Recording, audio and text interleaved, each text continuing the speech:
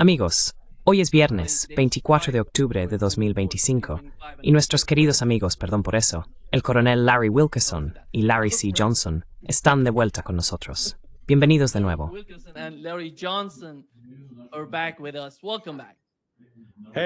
Oye, tienes la camiseta. Hoy ganaste la camiseta. No podría ponérmela en Moscú. Hace demasiado frío. Let me start with what's going on with Permíteme empezar con lo que está ocurriendo con las nuevas sanciones a Rusia. and we've got Hemos tenido dos comentarios diferentes, bueno, no tan diferentes, solo dos aspectos, dos ángulos distintos, sobre la reacción a las sanciones. sanctions. Uno es de Vladimir Putin, y esto es lo que dijo al respecto. Said about sanctions. Now, regarding the new sanctions, first of all, there was nothing new. Ahora, en cuanto a las nuevas sanciones, ante todo, no hay nada nuevo aquí. Sí, son serias para nosotros, por supuesto, eso es comprensible, y tendrán ciertas consecuencias, pero aún así, no afectarán de manera significativa a nuestro bienestar económico. Esto es claramente un intento de ejercer presión sobre Rusia, pero ningún país que se respete a sí mismo y ningún pueblo que se respete a sí mismo ha tomado jamás decisiones bajo presión. Y por supuesto, United for to towards que se respetan a sí mismos. Of self-respecting countries and peoples. The other point was what Medvedev said that he El otro punto fue lo que dijo Medvedev, que Estados Unidos es nuestro enemigo, y su hablador pacificador, se refiere a Donald Trump, ha adoptado por completo el camino de la guerra con Rusia. Larry, tú estás en Rusia. ¿Qué está ocurriendo allí? ¿Qué está pasando en cuanto a esta nueva escalada? What is happening in terms of, the new escalation? They're like somebody who's sitting at a ping pong match. Es como alguien sentado en un partido de ping-pong, viendo al mismo jugador jugar contra sí mismo, Donald Trump, yendo de un lado a otro. Mira, no sé si conoces a Stanislav Karpivnik. Stas fue mayor en el ejército de los Estados Unidos. Se mudó a Estados Unidos cuando era niño. Estudió, creo, en la Universidad Estatal de Carolina del Norte, en el ROTC. Luego se unió al ejército, sirvió y ascendió al rango de mayor, un ciudadano estadounidense. Pero en realidad leyó las sanciones, y como señaló, básicamente lo que son las sanciones, según dijo, es el Departamento del Tesoro, diciendo que si esas dos compañías petroleras poseen alguna propiedad en Estados Unidos, el país va a confiscar esos activos. In the United States, U.S. is going to seize the assets. Well, they don't own any property in the Bueno, no poseen ninguna propiedad en Estados Unidos. Y además de eso, lo que han hecho las sanciones de Trump es aumentar el precio del petróleo. ¿Adivina qué? Eso ayuda a Rusia, no la perjudica. Así que pueden vender su petróleo por más dinero, no por menos.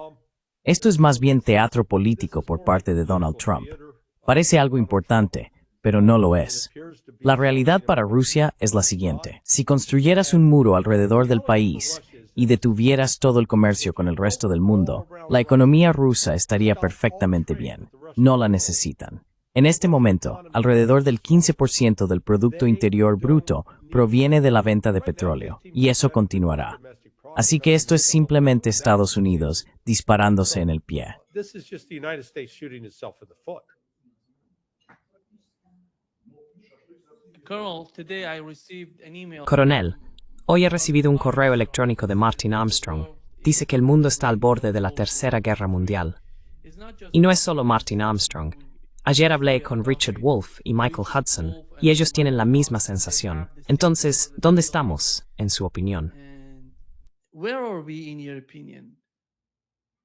You might as well cite a number of other people too, including John Mearsheimer. También podría citar a varias otras personas, incluido John Mearsheimer. Estamos tan cerca de una guerra regional como no lo hemos estado en mucho tiempo. Y no me refiero solo a una pequeña guerra regional, me refiero a una grande. Eso ocurre en dos regiones, Europa Central y el suroeste asiático. Y ese tipo de guerra tiende, por así decirlo, a expandirse hasta convertirse en una guerra global, algo bastante posible. En otras palabras, estamos en una mala situación. Ambos escenarios y, por supuesto, una guerra regional que se expanda a una global, tienen el potencial probablemente tanto como en 1962, e incluso más que en 1901 en Berlín, durante aquellas dos crisis nucleares, de volverse nucleares. Y ahora hay muchos actores en este juego.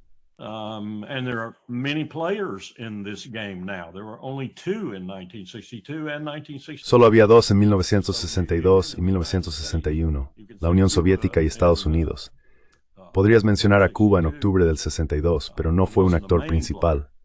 A Fidel Castro le habría encantado serlo, pero en realidad no lo fue, y los resultados le enseñaron que no lo era. Pero hoy hay varios actores implicados, países como Pakistán, Israel y por supuesto los dos gigantes, con China respaldando todo eso. Hay muchas armas nucleares por ahí. No hay tratados. Hay el único Vesterius to Eurasia próximo año. Y hay todo este caos en marcha, con potencias nucleares per penny. Esto es que nunca observamos de guerra fría. Nunca. Never allowed to happen during the Cold War. Never.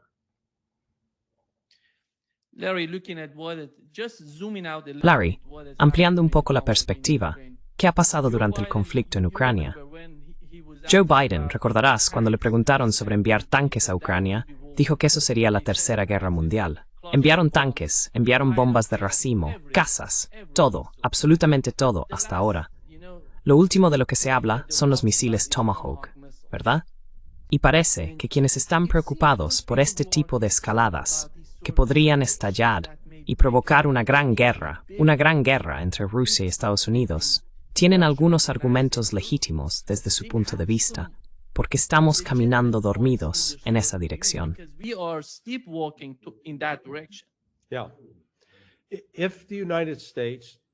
Sí, si Estados Unidos despliega misiles Tomahawk, cosa que no creo que haga, y tampoco creo que pueda, no es como si tuvieran un montón de ellos guardados en un almacén, listos para salir. Eso sería cruzar una línea roja. Eso es lo único que he oído esta semana. Sabes, he hablado con más de 27 altos funcionarios rusos, al menos 5 miembros de la comunidad de la Duma, 4 oficiales militares distintos, 2 corresponsales de guerra y analistas destacados que siguen a Estados Unidos y a la OTAN.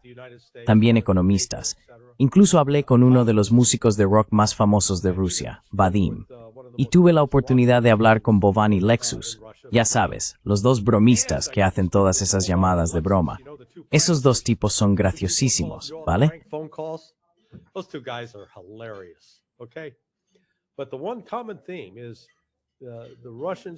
El tema común es que los rusos se toman muy en serio la idea de que si Estados Unidos escala hasta el uso de misiles Tomahawk, entonces estaríamos entrando en un nuevo terreno.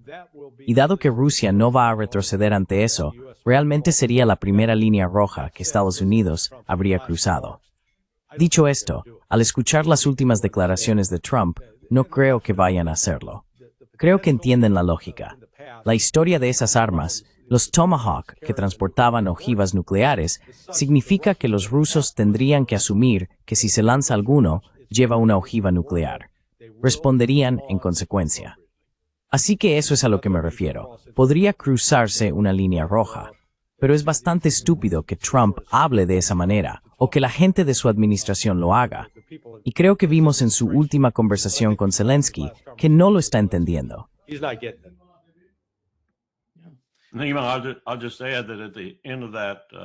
Solo añadiré que al final de esa entrevista he hecho algunas otras esta mañana, así que perdonadme si las confundo, pero creo que acabáis de mostrarla en la que Putin se levanta y da la entrevista. La vi entera y tengo que suponer que el traductor lo hizo bien.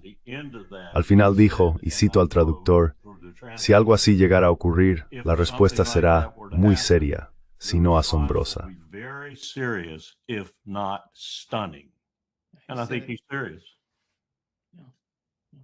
Y creo que habla en serio. Observando la situación con los ucranianos, Donald Trump estaba sentado junto al secretario general de la OTAN cuando uno de los periodistas les preguntó a ambos, menos del 23% de los ucranianos quieren esta guerra, quieren estar en esta guerra.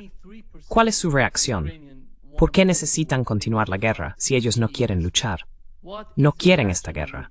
Y aquí está la respuesta que dieron el secretario general de la OTAN y el propio Donald Trump.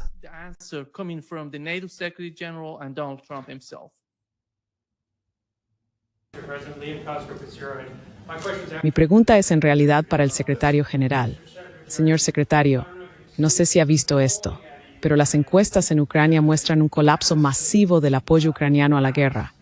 Una encuesta de Gallup reveló que solo el 23%, menos de una cuarta parte, la apoya. Zelensky ha salido hoy elogiando la propuesta del presidente Trump de congelar las líneas del frente como parte de un alto el fuego. Dijo que es un buen compromiso, así que la gente ve su visita aquí como una forma de presionar al gobierno de Estados Unidos para que continúe su implicación en la guerra. Usted, evidentemente, está abogando porque se envíen más armas de la OTAN a Ucrania, pero los propios ucranianos no quieren luchar esta guerra. Entonces, ¿cómo justifica eso moralmente?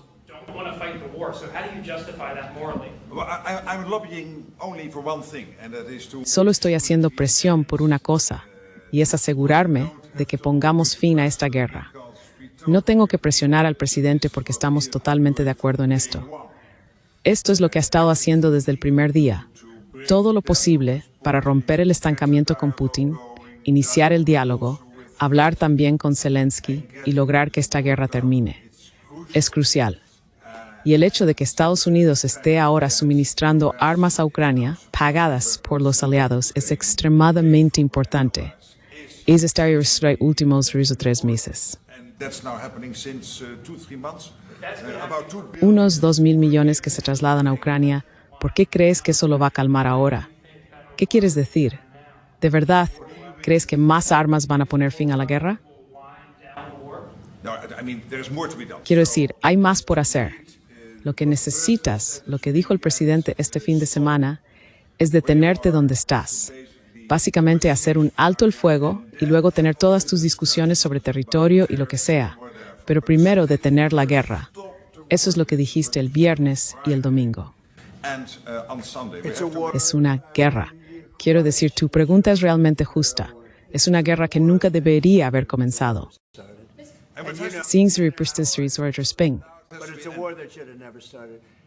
Pero es una guerra que nunca debería haber empezado. Y no estamos vendiendo armas a Ucrania. Se las estamos vendiendo a la OTAN, lo cual es diferente de lo que hacía Biden antes. Él simplemente entregó armas y dinero por valor de $350.000 millones directamente a Ucrania, y eso fue una tontería. Pero nosotros se las vendemos a la OTAN y en teoría pueden hacer con ellas lo que quieran. No tiene por qué ser Ucrania, aunque probablemente lo sea. Lo que las naciones están haciendo ahora es comprar a través de este programa y asegurarse de que los suministros de Ucrania. Capta el tono, coronel. No hay ninguna política por parte de Estados Unidos para poner fin a esta guerra. Bueno, no estoy necesariamente de acuerdo con eso. No estoy de acuerdo con las mentiras que Trump acaba de decir.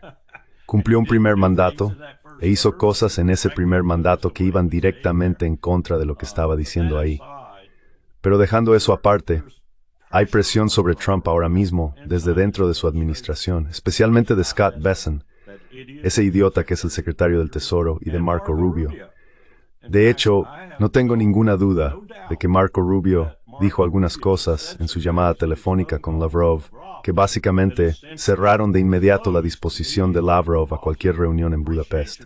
Y no tengo ni idea de si Donald Trump aprobó que Marco Rubio dijera lo que dijo en esa llamada.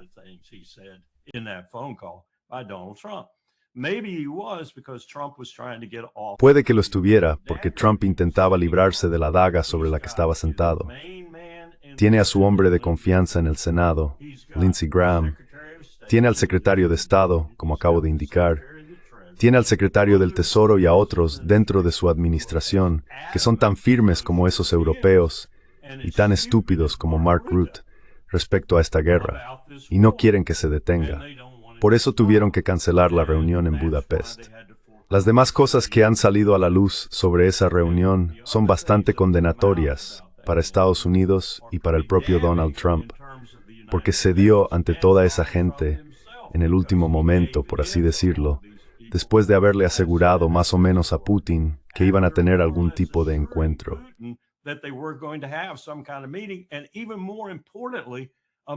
Y aún más importante, una reunión que sería diferente a cualquier otra anterior. Una reunión que contaría con equipos, con documentos y con soluciones a los problemas. Se sentarían y tendrían una verdadera, lo que solíamos llamar cumbre, en la que los grupos de trabajo harían las cosas que los principales expresaban esencialmente en términos generales. Todo eso se frustró, y se frustró esencialmente por la llamada telefónica de Rubio con Lavrov. Así que tiene a estas fuerzas dentro de la administración que le están atando las manos. Y no estoy tratando de poner excusas por este inepto, indescifrable que tenemos como presidente, pero sí tiene problemas dentro de su propia administración para avanzar de la manera en que le gustaría hacerlo.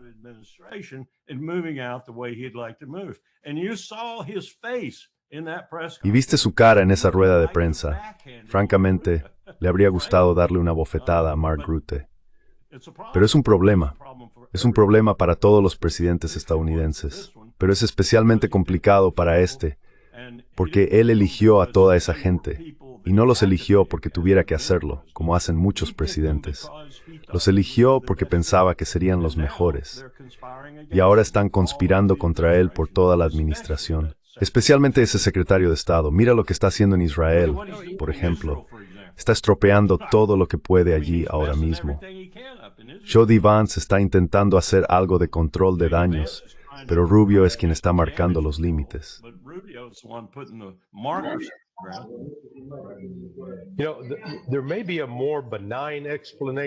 Sabes, puede que haya una explicación más benigna. Me encontré con, te diré en privado quién fue, alguien que está en contacto con una persona que forma parte del equipo de Trump y que está cerca de Susie Wiles. Lo que me dijo mi fuente, y esto fue el viernes por la noche, es que Trump y Putin en realidad están teniendo mucho más contacto y conversaciones que no son públicas. Gran parte de lo que estamos viendo es, digamos, teatro político, lo cual es una de las razones por las que no ves a Putin reaccionar con mucha indignación. Por ejemplo, en el cumpleaños de Putin, Trump lo llamó y habló con él durante 40 minutos. La Casa Blanca nunca ha publicado una transcripción de eso, ni siquiera ha reconocido que esa llamada telefónica tuvo lugar, ni tampoco el Kremlin. Pero mi contacto dijo que absolutamente sí ocurrió.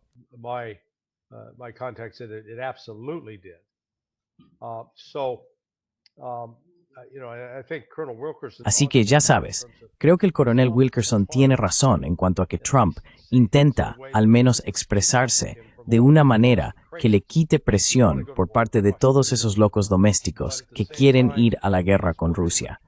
Pero al mismo tiempo está colaborando con Putin para encontrar una vía de salida. Espero que sea cierto. Espero que eso sea realmente lo que está ocurriendo. Pero también se ve del lado ruso la táctica del poli bueno y el poli malo, con Dmitry Medvedev como el poli malo. Él encaja más en el estereotipo. Ya sabes, lo que Occidente considera un ruso típico, emocional, apasionado, mientras que Putin es mucho más equilibrado, mesurado y cerebral. Señalaré que, a pesar de algunos comentarios, he hecho esta pregunta a más de 20 personas sobre la interpretación de Gilbert Doctorow de que, Putin está en la cuerda floja, que la gente no puede esperar para destituirlo.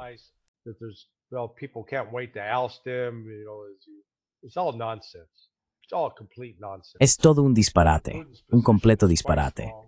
La posición de Putin es bastante sólida. No es el único que toma decisiones políticas. El Estado Mayor dirige las operaciones militares y lo que se está haciendo, y Putin y el Estado Mayor están en estrecha coordinación. Pero aún así, Occidente sigue presionando. Tenemos a esta gente alrededor de Trump, como señaló correctamente el coronel Larry Wilkerson como Rubio, que son los halcones de la guerra. No buscan formas de lograr la paz y la reconciliación con Rusia. La realidad es que los rusos preferirían llevarse bien con Estados Unidos.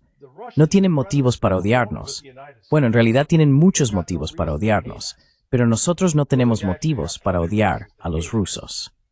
Y sin embargo, estamos haciendo todo lo posible por estropear esa relación.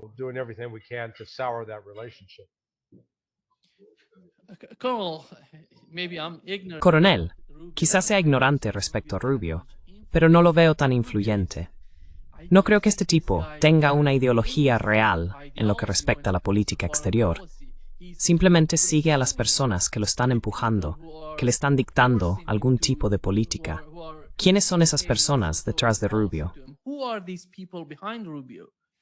Well, let me say, first of all, that I agree with everything Larry just Bueno, said. déjame decir, ante todo, que estoy de acuerdo con todo lo que acaba de decir Larry.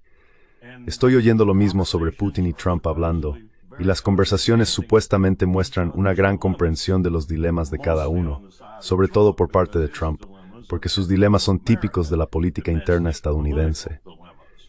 Dicho esto, Lindsey Graham se canaliza directamente a través de Marco Rubio. Punto. El Senado de los Estados Unidos se canaliza a través de Marco Rubio. Los Tom Cotton, los Ted Cruz, todos los bastardos que quieras nombrar en el Senado de los Estados Unidos, y hay muchos, se canalizan a través de Marco Rubio. Y todos odian a Rusia, quieren que Rusia desaparezca, quieren derribarla mediante una guerra por poderes en Ucrania. No quieren abandonar eso.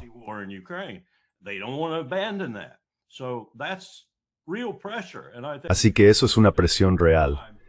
Y creo que Trump ha pasado algún tiempo intentando explicárselo a Putin. Y Putin no es ningún tonto, como señalaba Larry. Entiende lo que implica políticamente. Bueno, y Dmitry esta mañana, en esa entrevista que hiciste con él, al menos yo la vi esta mañana, indicó que él también lo entiende.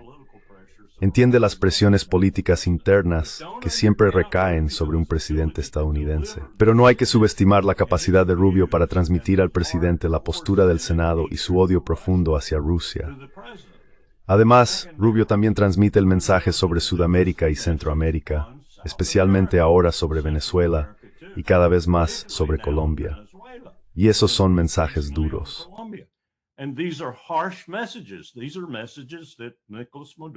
Estos son mensajes que Nicolás Maduro debería haber sido derrocado hace 10 años. En la primera autorización, la determinación presidencial que Trump emitió a Mike Pompeo cuando era director de la CIA, no hay que subestimar a Rubio por su capacidad de recurrir a la violencia. Y ahora, ¿qué es también? También es asesor de seguridad nacional, aunque no hace nada para coordinar el Consejo de Seguridad Nacional. Tiene ese acceso a Donald Trump que el secretario de Estado no tiene. Cualquier secretario de Estado, el único otro, Jared Kushner, daría lo que fuera por ser también asesor de seguridad nacional. Eso significa acceso inmediato al presidente, a menos que el presidente lo prohíba. En este caso, Trump no lo ha prohibido.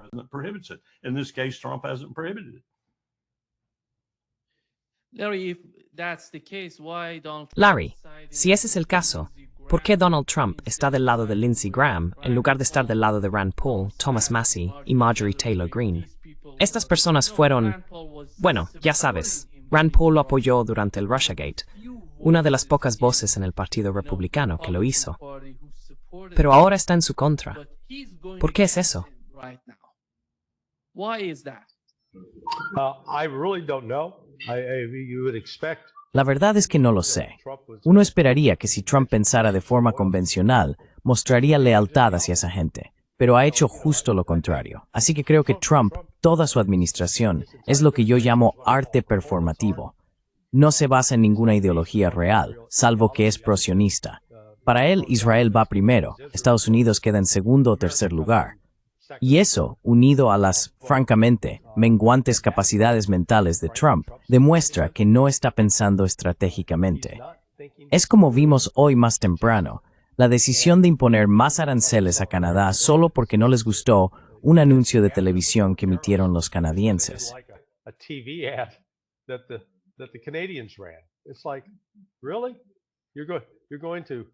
Es como, ¿en serio? ¿Vas a sabotear tu relación con uno de tus mayores socios comerciales reales? Sí, claro. Tiene todo el sentido. Es simplemente ridículo. Pregunté, ya sabes, hablé con varios rusos sobre el comportamiento errático de Trump, pero en general están bastante contentos de que al menos Estados Unidos, bueno, que Trump esté hablando con Putin, porque con Biden no veían ninguna esperanza de diálogo, ninguna esperanza de una cercanía no confrontativa. Así que al menos siguen creyendo que Trump ofrece una posible solución razonable al conflicto.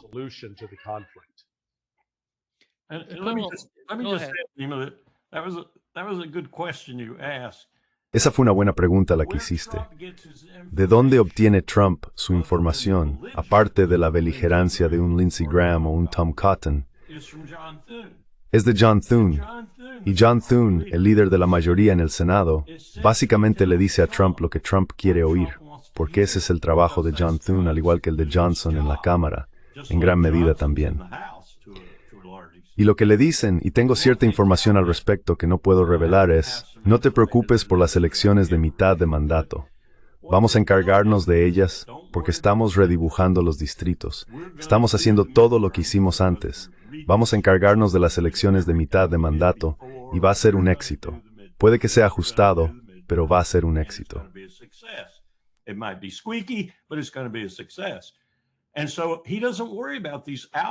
Así que no le preocupan esos marginados como Marjorie Taylor Greene y el tipo de Kentucky, Massey. Ha sido un marginado durante mucho tiempo, y lo mismo puede decirse de Rand Paul en ese sentido. No importa cuántas buenas acciones hagas por Donald Trump al principio, Donald Trump se volverá contra ti en un abrir y cerrar de ojos. Lo ha demostrado innumerables veces. Pero no se volverá contra John, que le dice que el Senado es suyo. A pesar del alboroto en la Cámara por parte de Marjorie Taylor Greene y quizá uno o dos en el Senado, sigue teniendo un control real sobre el órgano legislativo más importante, el Senado de los Estados Unidos. Y eso es, ya sabes, todo lo que necesita. Y mientras le sigan diciendo eso, no va a abandonarlo. Larry, el coronel acaba de leer lo que está diciendo Donald Trump. Vladimir Putin, fíjate en cómo respondió a la escalada, a los ataques que alcanzan el interior del territorio ruso. ¿Qué opciones tienen los rusos para responder si ocurre ese tipo de ataque contra Rusia?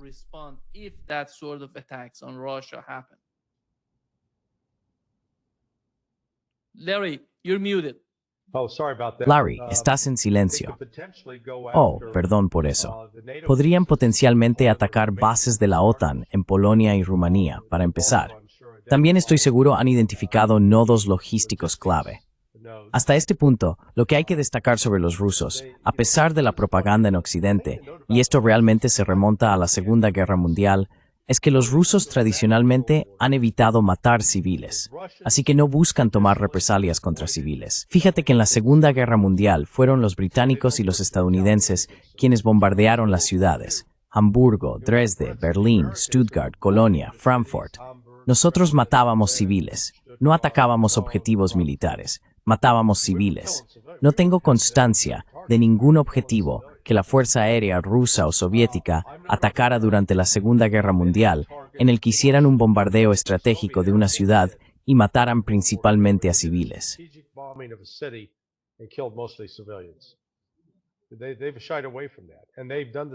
Se han apartado de eso y han hecho lo mismo en esta guerra con Ucrania. A pesar de las afirmaciones occidentales de que están matando a civiles, la prueba más sencilla para comprobarlo es, ¿de verdad? Enumera sus nombres. ¿Cuáles son los nombres de esos civiles? Notarás que cada vez que los ucranianos dicen, sí, mataron a estos civiles, no proporcionan los nombres. Eso se debe a que, por lo general, son mercenarios extranjeros que están en el ejército, o se encuentran en algún cuartel general o emplazamiento de vivac. Así que, Rusia está siendo muy cuidadosa en ese sentido, y está llevando a cabo la guerra de una manera que difiere mucho de la tradicional campaña estadounidense de impacto y pavor, en la que no nos importa si matamos a civiles.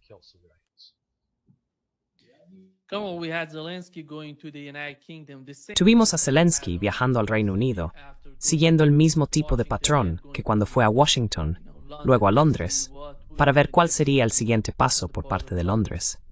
Porque en mi opinión, ellos son quienes dirigen el asunto en Ucrania. Son la parte principal en el conflicto.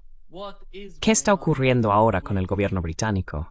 ¿Están pensando en nuevas escaladas? ¿O existe algún tipo de fuerza, como mencionaste respecto a Donald Trump, que no está tan segura en cuanto a continuar la guerra? ¿Cuál es el ambiente en el Reino Unido?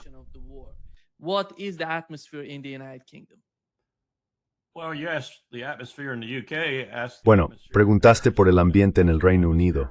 Pregunta por el ambiente en París y en Berlín. En ambos casos, los líderes están por debajo del 30% en las encuestas. En Inglaterra, incluso más bajo, mucho más bajo, y en Francia, mucho más bajo. Así que definitivamente no están representando la voluntad de su pueblo en este momento como se supone que debe ser en una democracia liberal. No sé cuánto tiempo más durarán. Dudo que sea por mucho tiempo. Pero Zelensky recibe sus buenas vibraciones. Ya sabes, recibe las vibraciones positivas cuando va a visitar a Sunak o a Macron o a Scholz o a cualquiera de esas personas, ya sabes, Rutte, gente así. Pero es un desastre en realidad para él ahora mismo. Y lo que estoy oyendo, y Larry probablemente puede hablar de esto mejor que yo, es que los nazis de Putin, y son nazis, la gente de bandera, su herencia, tienen a Zelensky atrapado. Si se mueve, lo asesinarán.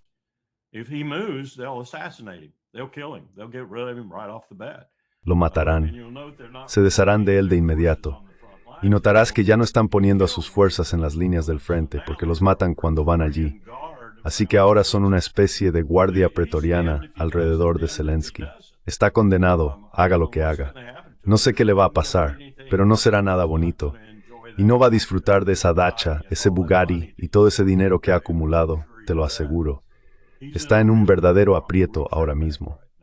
Y esos europeos que todavía intentan apoyarlo son tan malos como gente como Rubio, que sigue intentando fastidiar a Donald Trump.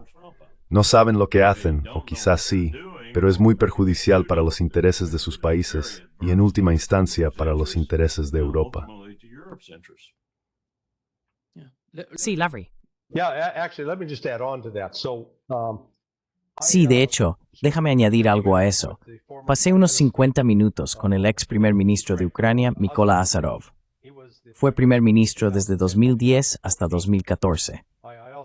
También hice una entrevista de unos 50 minutos en la que hice preguntas a uno de los antiguos fiscales ucranianos que tuvo que huir a Rusia. Los que toman las decisiones en Ucrania son esos oligarcas. Kolomoisky formaba parte de ellos, pero hay todo un grupo que está robando a los estadounidenses y a los europeos a manos llenas. Ese es el incentivo para mantener esta guerra. Es una enorme máquina de hacer dinero para ellos. Y el ex primer ministro Azarov señaló: sabes, cuando asumí el cargo en 2010, había 57 millones de ciudadanos ucranianos en Ucrania.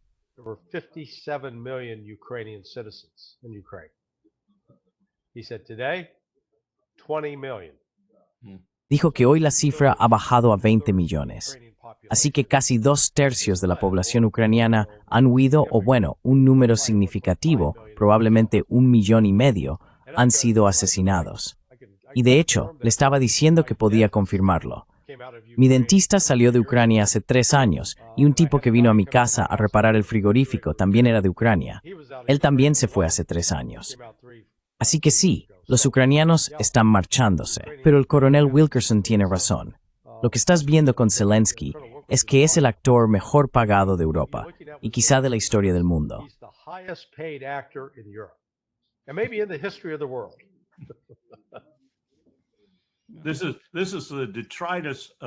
Estos son los desechos de las guerras del imperio. Siempre ganábamos cientos de miles de nuevos ciudadanos del país con el que estábamos en guerra, ya fuera de forma indirecta o no. Y otra cosa que señalaría, de la boca de los niños, por así decirlo, ¿escuchaste la entrevista que hizo Candace Owens sobre Ucrania? Pensé que me estaba escuchando a mí mismo hablar, porque estaba describiendo el periodo en el que yo estaba en el gobierno. Hablaba de todos los corruptos, de todos los oligarcas corruptos, los bandidos, los ladrones del dinero ucraniano, la gente que, como Larry acaba de señalar, todavía tiene a todo el mundo en Ucrania bien agarrado.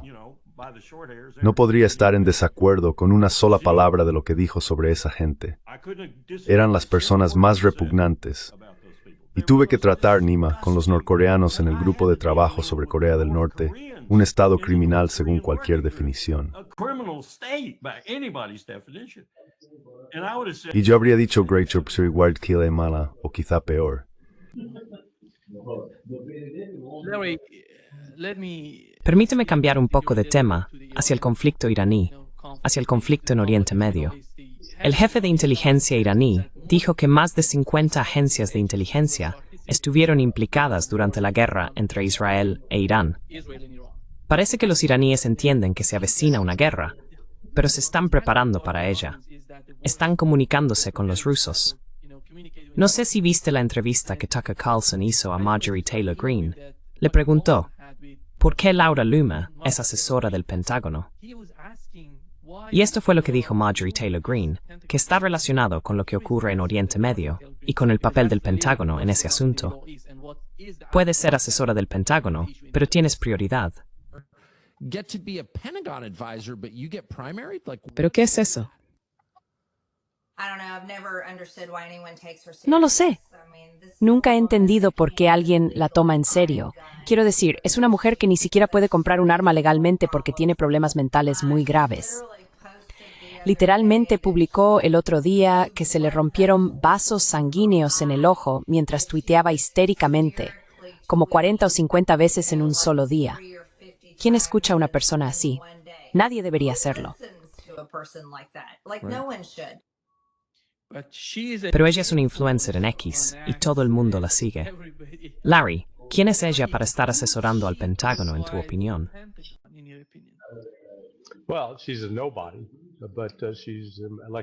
Bueno, ella no es nadie, pero es una miembro electa del Congreso. Mira, creo que es cada vez menos probable que Israel ataque a Irán, por varias razones. Primero, Irán decidió revertir su política de no buscar apoyo y asistencia militar de Rusia y China después de los ataques del 24 y 25 de junio. Así que ahora Irán tiene un nivel de cooperación con Rusia y China sin precedentes en su historia. Ese es el primer punto. En segundo lugar, ha habido un flujo constante de altos funcionarios militares y del Ministerio de Asuntos Exteriores iraníes, incluido Larijani, que han ido a Moscú y Pekín para consultar con sus homólogos en el Ministerio de Asuntos Exteriores, el Ministerio de Defensa y con los respectivos líderes.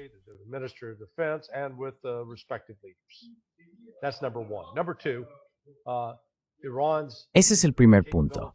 El segundo, la capacidad de Irán para contraatacar con misiles hipersónicos y toda una gama de misiles balísticos sigue bastante intacta. Y Israel, a pesar de sus afirmaciones, apenas dañó ninguno de los lanzadores, porque ya sabes, la forma en que funcionan esos lanzadores es que los sacas, lanzas y luego los vuelves a mover a un lugar seguro donde no puedan ser alcanzados. Así que creo que los israelíes y la comunidad de inteligencia estadounidense lo entienden y reconocen que cualquier intento de Israel de atacar de Irán se va a dar.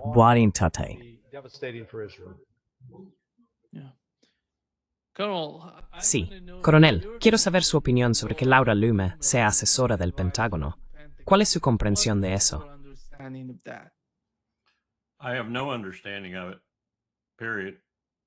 No lo entiendo en absoluto.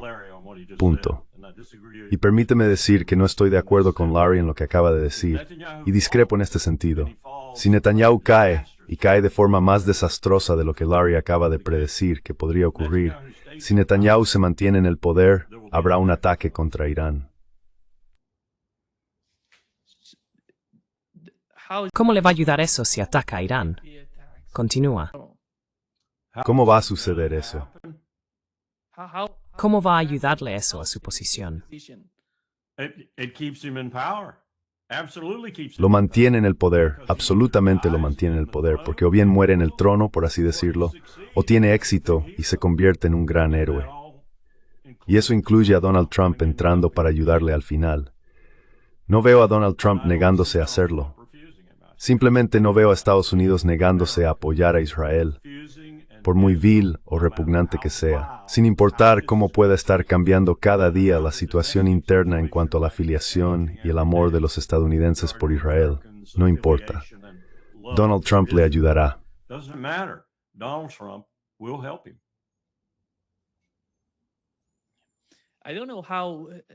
No lo sé, Larry. ¿Cómo se sienten en Rusia respecto al conflicto en Oriente Medio? Hablan de ello. ¿Qué importancia tiene para ellos? Porque sabemos que Netanyahu llamó a Vladimir Putin y le dijo que no iban a atacar a Irán. ¿De verdad creen que ese es el caso?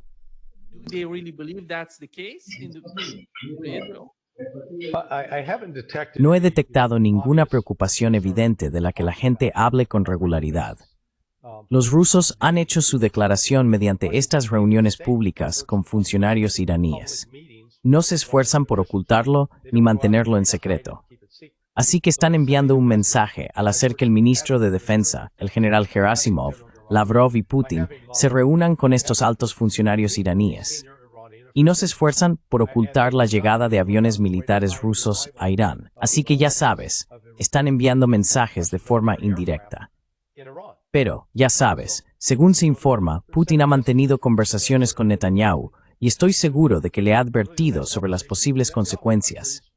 No discrepo del coronel Larry Wilkerson en que Netanyahu podría estar loco, pero la realidad de lo que ocurrirá en la próxima ronda, si entran en una guerra abierta, es que Israel no sobrevivirá, en mi opinión. Israel será destruido.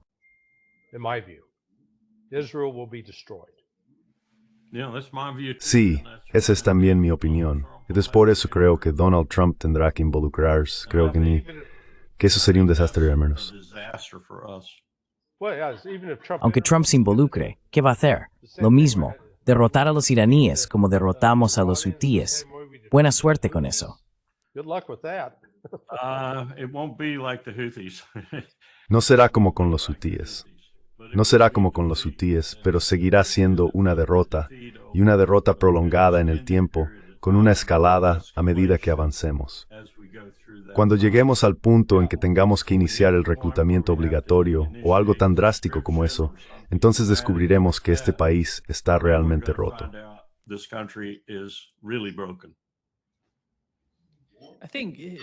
Creo que el factor que falta aquí, coronel, es el caso de Venezuela. ¿Cómo encaja eso en el panorama general, en el contexto más amplio de lo que está ocurriendo, en su opinión? Bueno, eso demuestra, en mi opinión, que realmente no entienden, Trump en particular, pero también Hegseth, lo que acabo de decir, porque están desviando fuerzas hacia lugares que en realidad no importan, fuerzas que tendrán que utilizarse en esta conflagración que Bibi va a iniciar si no cae. Ahora mismo hay señales que llegan desde Israel de que su coalición se está fracturando. Hay indicios de que podría no sobrevivir políticamente para hacer lo que acabo de describir. Y si eso ocurre, entonces todo queda en el aire respecto hacia dónde se dirigirá Israel después. No creo que ningún líder posterior, sea quien sea, aunque puedan continuar con las políticas respecto a Gaza y Cisjordania, mantenga la misma política en lo que respecta a Irán.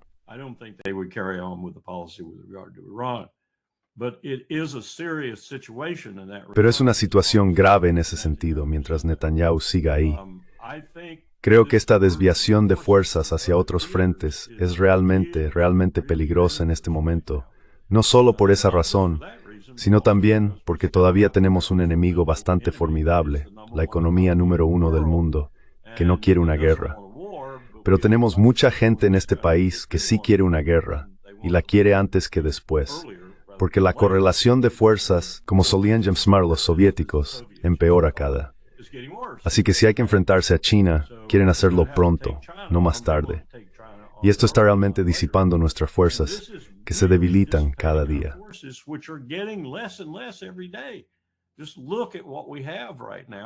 Solo mira lo que tenemos ahora mismo en términos de poder militar real. No es mucho. Sé que hablamos de esto el otro día. Pienso en la verdadera RTX, Raytheon. Como me dijo el empleado, tenemos razón. El brazo no es RTX. Bueno, ese es tu nombre bajo tu empresa matriz, Lockheed Martin. No están fabricando más que 38 al mes. Esos son todos los Tomahawks que están produciendo. El contrato a largo plazo ahora mismo, como mucho, es de 2.200 durante los próximos 7 u 8 años. Y Trump sale ahí fuera y habla de 2.000 Tomahawks. Una locura. No sé si es Laura Loomer o Hegseth o quien sea el que le mete esas ideas en la cabeza, o quizá Kane, el jefe del Estado Mayor Conjunto, pero no necesitamos estar luchando contra nadie, Nima.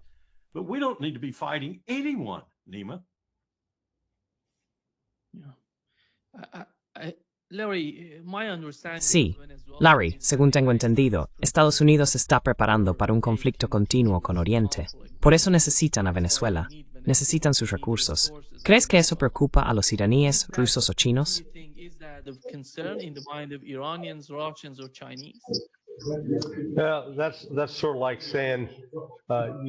Bueno, eso es como decir que necesitas un suministro de miel. Así que, para conseguir ese suministro de miel, vas y derribas un montón de nidos de avispas. estarás tan ocupado espantando avispas que no tendrás tiempo de disfrutar de la miel. El hecho de que Trump haya ampliado esto ahora a Colombia es bastante interesante, porque hay un gran número de mercenarios colombianos luchando en Ucrania del lado ucraniano. Y esto podría llevar, ya sabes, a que Colombia adopte medidas más firmes para impedir que los colombianos ayuden a los ucranianos, en primer lugar. Pero, en segundo lugar, puede que intenten matar a Maduro. They may try to kill Maduro. Okay, good. Who's next? They're counting on that. Vale, bien. ¿Quién sigue? Están contando con que esa mujer intervenga. Olvídalo. Venezuela es un país grande. Estados Unidos no tiene la voluntad ni la capacidad para controlarlo. Esto no es el siglo XIX, cuando podíamos enviar una compañía de marines para tomar y controlar una capital. Tienen bastante armamento, tienen sistemas de defensa aérea chinos y puede que incluso tengan algunos sistemas de defensa aérea rusos. Sé que los iraníes han proporcionado a Venezuela misiles navales de corto alcance. Así que, ya sabes, Trump y compañía están buscando una pelea que creo que acabarán lamentando.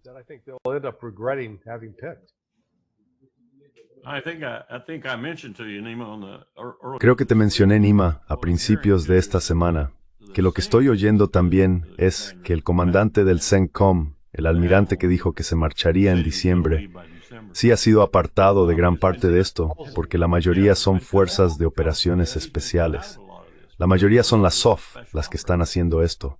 Ahora tienen su propio barco, es tan grande como un crucero importante y navega con todo tipo de capacidades de operaciones especiales a bordo. Está allí abajo, ahora mismo.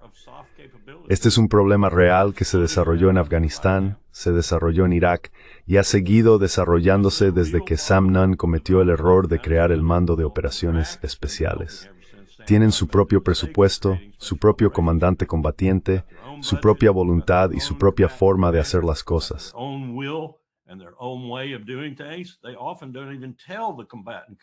A menudo ni siquiera informan al comandante combatiente, el comandante combatiente convencional de la región, de lo que están haciendo en su zona. Simplemente lo hacen. Y lo hacen bajo los auspicios del Mando de Operaciones Especiales en Florida, y normalmente bajo los auspicios de, adivina quién, la CIA.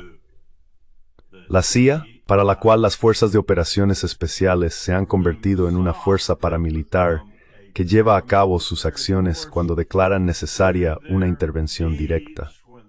De ese modo, no tienen que informar a sus comités de supervisión en la Cámara de Representantes y el Senado. Y no hay manera de que las Fuerzas de Operaciones Especiales informen al SAS o al HAS, así que eluden toda supervisión cuando realizan estas operaciones. Y ahora están llevando a cabo estas operaciones en Venezuela.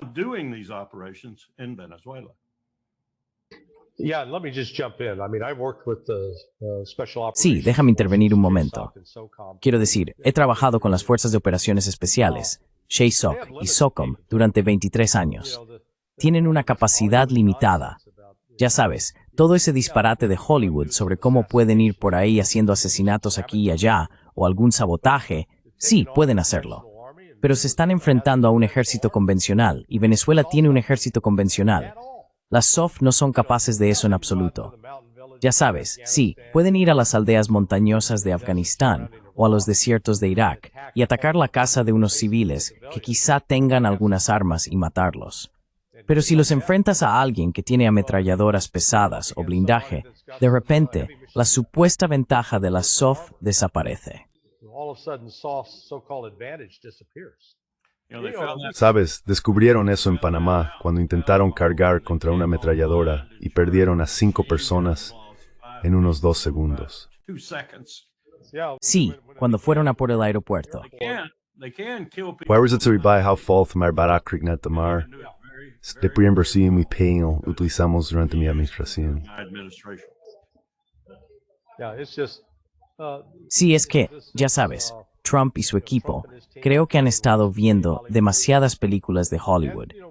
La realidad tiene una forma de despertar a todo el mundo y obligarlos a enfrentarse a la verdad.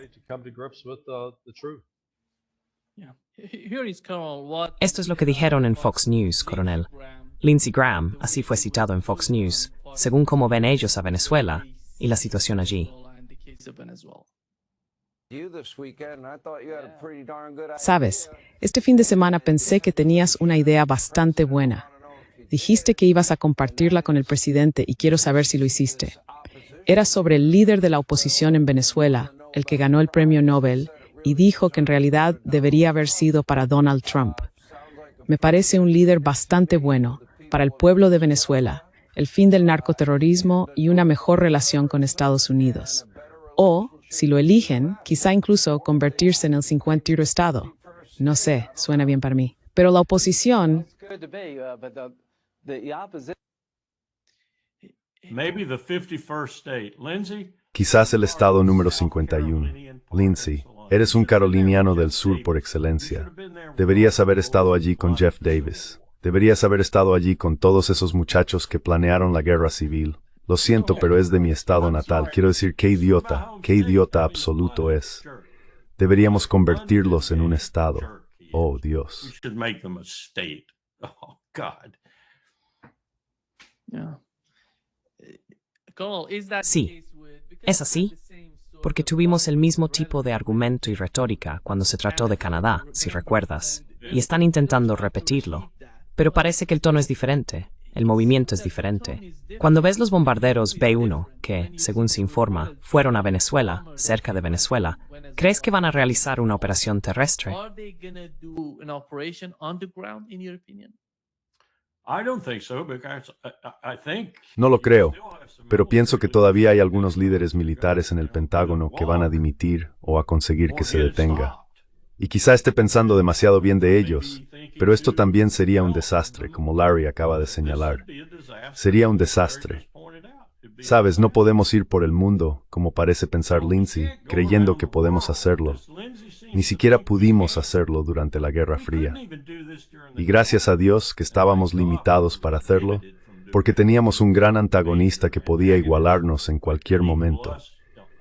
Y por mucho que pensemos sobre la Guerra Fría y sobre cuál era realmente el poder, y soy de los que piensan que no era tan impresionante como creíamos en el lado soviético, aún así fue un freno para nosotros durante más de 30 años.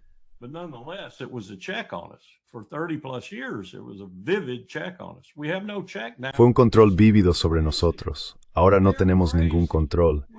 Y esta gente está loca, simplemente loca. Hoy tenemos menos poder, Nima, aparte de nuestras armas nucleares. Y hasta ellas son menos poderosas, porque entonces teníamos 28,000.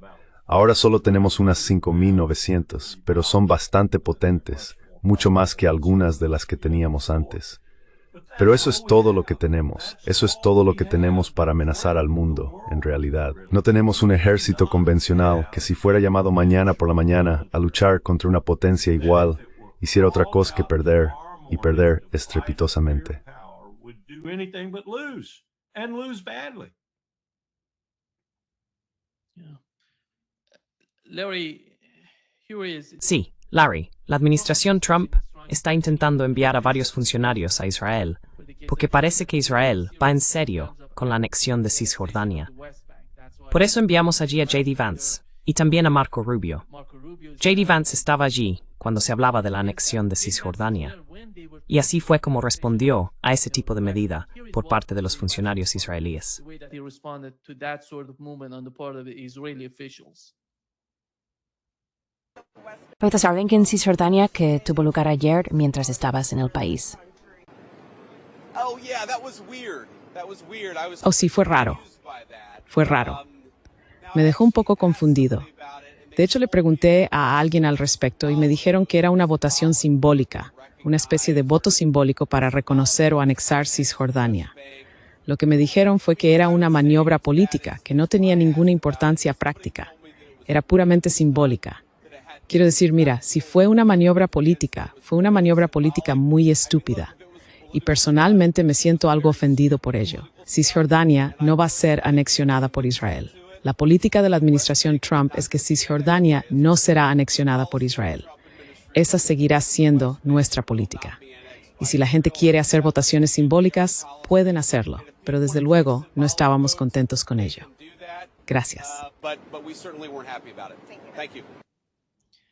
Here is what Netanyahu said. He was asked Esto in es Hebrew, lo que dijo and he Netanyahu. was asked whether Le preguntaron en hebreo si Washington dicta la política israelí después de que Trump afirmara que había bloqueado la anexión de Cisjordania. Netanyahu respondió que siempre, siempre dirán que sí. Siempre dirán eso si se trata de Washington. No importa. Somos una nación independiente, dijo. Simplemente no le importa de qué está hablando Donald Trump. Van a hacer lo que tengan pensado hacer. Adelante, Carl. Go ahead, Carl. Well, I thought you were going to play a clip. So you're just reading. Bueno, pensé que ibas a poner un clip. Sí, bueno, dicen una cosa en hebreo y otra en inglés, pero la verdad es que Estados Unidos está en posición de patearles el trasero. Pero no creo que Trump lo haga. Está comprado y pagado. Pero ya sabes, creo que J.D. Vance es realmente sincero, y los sionistas deberían tomar nota de eso. Siguen, a lo largo de las últimas semanas, llevando a cabo ataques masivos contra la gente que vive allí, los palestinos, con esos colonos que atacan a ancianas que están recogiendo aceitunas de los olivos. Quiero decir, son un grupo de... están enfermos, son depravados e inhumanos, esos colonos sionistas. Inhuman, these Zionist settlers. And when you look at them today, Lima, when you see the videos, they're not carrying. Y cuando los ves hoy, Nima, cuando ves los videos, no llevan orcas, rastrillos, asadas ni cosas por el estilo. Llevan Uzis, AKs y M16. Están muy bien armados. Déjame decir también que creo que lo que estamos viendo en esta tensión, Rubio hizo una declaración, Vance hizo otra, y Netanyahu hizo una declaración en inglés también, además de la que hizo en hebreo. Creo que lo que estamos viendo es, espero, el principio del fin de la coalición de Netanyahu, lo cual, en mi opinión, resolvería muchos problemas. No resolverá los problemas de los palestinos, porque quien venga después mantendrá la misma política a fuego lento. Pero sin duda, creo que detendrá el movimiento hacia otra guerra con Irán. Y probablemente dará a Estados Unidos un poco más de capacidad, por así decirlo, para dirigir la política un poco mejor en Israel, porque no creo que tengamos a alguien como Netanyahu. A Netanyahu no le importa en absoluto Donald Trump. Netanyahu does not give a crap about Donald Trump. Yeah. But Sí, pero Larry, están hablando de la línea amarilla y de dividir Gaza en dos partes. Una en manos de, ya sabes, Jared Kushner y otros que quieren reconstruir, y la otra bajo el control de Hamas. ¿Sigue siendo así en la mente de la administración? Is that still the case in the mind of the administration? The Trump Oh yeah, administration? yeah. Oh no, I think so. This is part of. Oh, sí, creo que sí. Esto forma parte de ese viejo dicho, ¿cómo te comes un elefante? Un bocado a la vez. Lo que están haciendo los sionistas, con la plena cooperación de la administración Trump, es fingir que van a empezar a reconstruir Gaza, pero lo están haciendo de una manera que no deja lugar para los palestinos. Los colonos se mudarán allí, pero Hamas no va a cooperar, y Hezbollah también ha estado reconstruyendo su fuerza. Así que, ya sabes, esta guerra va a continuar. Este plan de paz estaba muerto al llegar el día que se firmó en Sharm el-Sheikh. Lo dije entonces y lo mantengo, porque tenían un supuesto acuerdo de paz sin ninguno de los principales participantes, ni los sionistas ni los palestinos. Como he dicho antes, es como celebrar una boda en la que está el predicador, pero no hay ni novia ni novio, solo que en este caso no había ni sionistas ni palestinos. Zionists and the Palestinians. There was an editorial writer in Haaretz. Había un articulista en Haaretz, no recuerdo quién era. No era Levi, era alguien que no había visto antes. Pero hizo una caracterización magnífica de la situación. No magnífica en el sentido de buena, sino que dijo que es como el juego de las sillas musicales, salvo que cada vez que la música se detiene, los palestinos no tienen asiento. The Palestinians don't have a seat.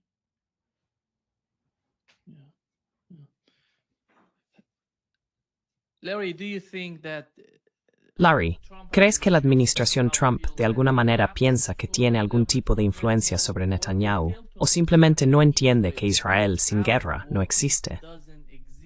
En mi opinión, si miras la historia de Israel, nunca ha habido un momento en que no estuviera en guerra. Ese es el problema de Israel. without war? That's the problem with Israel. Look. Mira, la administración de Trump tiene influencia si quiere usarla, pero no lo va a hacer, porque Trump ha sido comprado y pagado por esos sionistas, punto. Eso es todo. Y ha puesto a Jared Kushner, un sionista, y a Steve Witkoff, un sionista, como los principales enlaces con los sionistas de allí. No van a salir a decir, oye, queremos tener un acuerdo de paz. ¿Sabes? La última vez que hubo un acuerdo firmado para avanzar hacia la paz entre Anwar Sadat e Yitzhak Rabin, ambos fueron asesinados. Los mataron, los asesinaron. A cualquiera que firme un acuerdo de paz genuino, lo van a matar.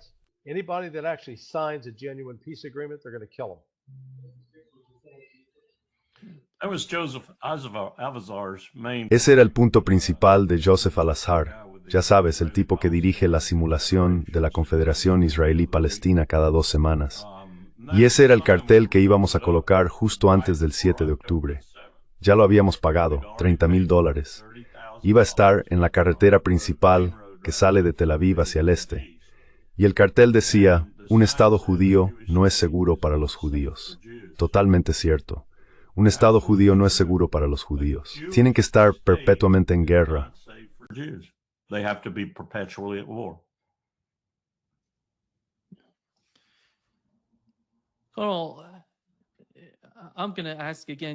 Cal, voy a hacerte la pregunta de nuevo.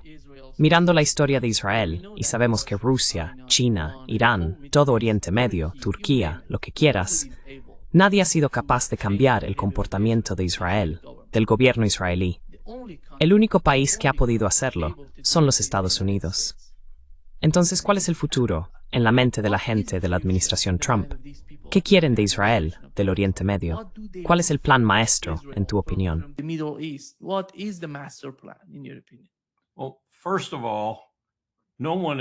Bueno, ante todo, nadie más quiere hacerlo, Nima. Hay otros que tienen la capacidad de hacerlo, pero nadie quiere. Porque Israel ha sido muy astuto y muy inteligente al desarrollar relaciones económicas y de otro tipo con países que ahora dependen de él para una parte considerable de su economía. Una jugada muy astuta por parte de este pequeño estado al final del Mediterráneo.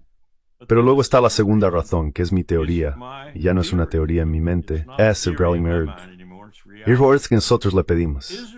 Nosotros nos somos nos pedir. We don't do Israel's bidding. Now, there are tactical and operational... Ahora bien, hay partes tácticas y operativas en esta puja por parte de nuestro Congreso, de miembros clave de la comunidad estadounidense, de otros líderes, y mantienen en marcha una campaña de propaganda en todo Estados Unidos para que los estadounidenses se sientan bien con respecto a Israel. Y en eso entra el Holocausto y muchas otras cosas, aunque ahora sobre todo se trata de dinero. Pero somos nosotros quienes utilizamos a Israel, no al revés. Y Lindsey Graham dijo la verdad en el Pleno del Senado cuando afirmó, vamos gente, si ellos no lo hicieran, matar a palestinos y árabes en general, tendríamos que hacerlo nosotros. Lo decía en serio.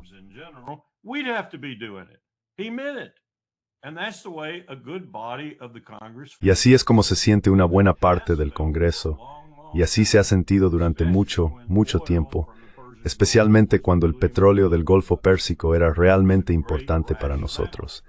Era una gran justificación para mantener a Israel allí.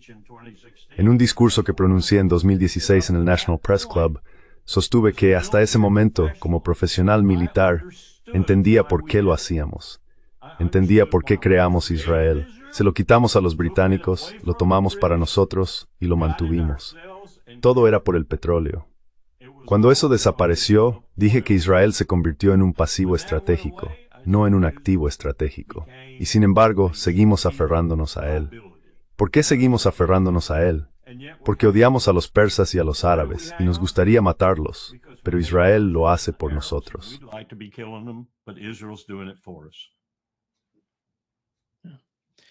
Larry, tus pensamientos antes de que terminemos.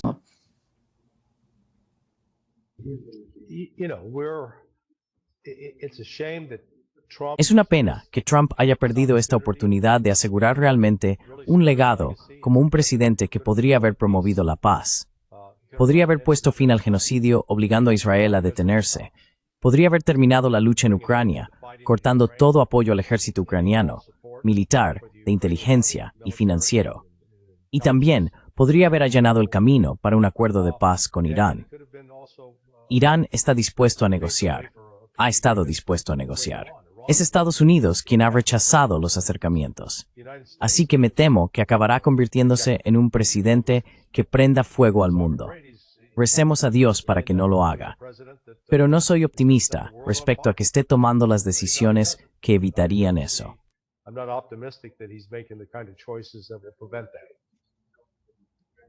Sí, Coronel Wilkerson, ¿tiene algo que añadir antes de que terminemos? Something to add before wrapping up? No, I agree with that. No, estoy totalmente de acuerdo con eso. Tiene la oportunidad, la desastrosa oportunidad de ser el presidente que prenda fuego al mundo. President who set the world on fire. Sí. Muchas gracias, Coronel y Larry. Oh, and Larry. Que lo paséis muy bien allí en Moscú. Ciao. Well, Xiao, nos vemos el lunes, quizá en algún momento. Hablaré contigo. Come unos blinis y bebe un poco de vodka. Estoy comiendo una comida georgiana estupenda. Es increíble. Muy bien, chicos. all right, guys. Bye-bye. Bye-bye. Bye-bye. Adiós.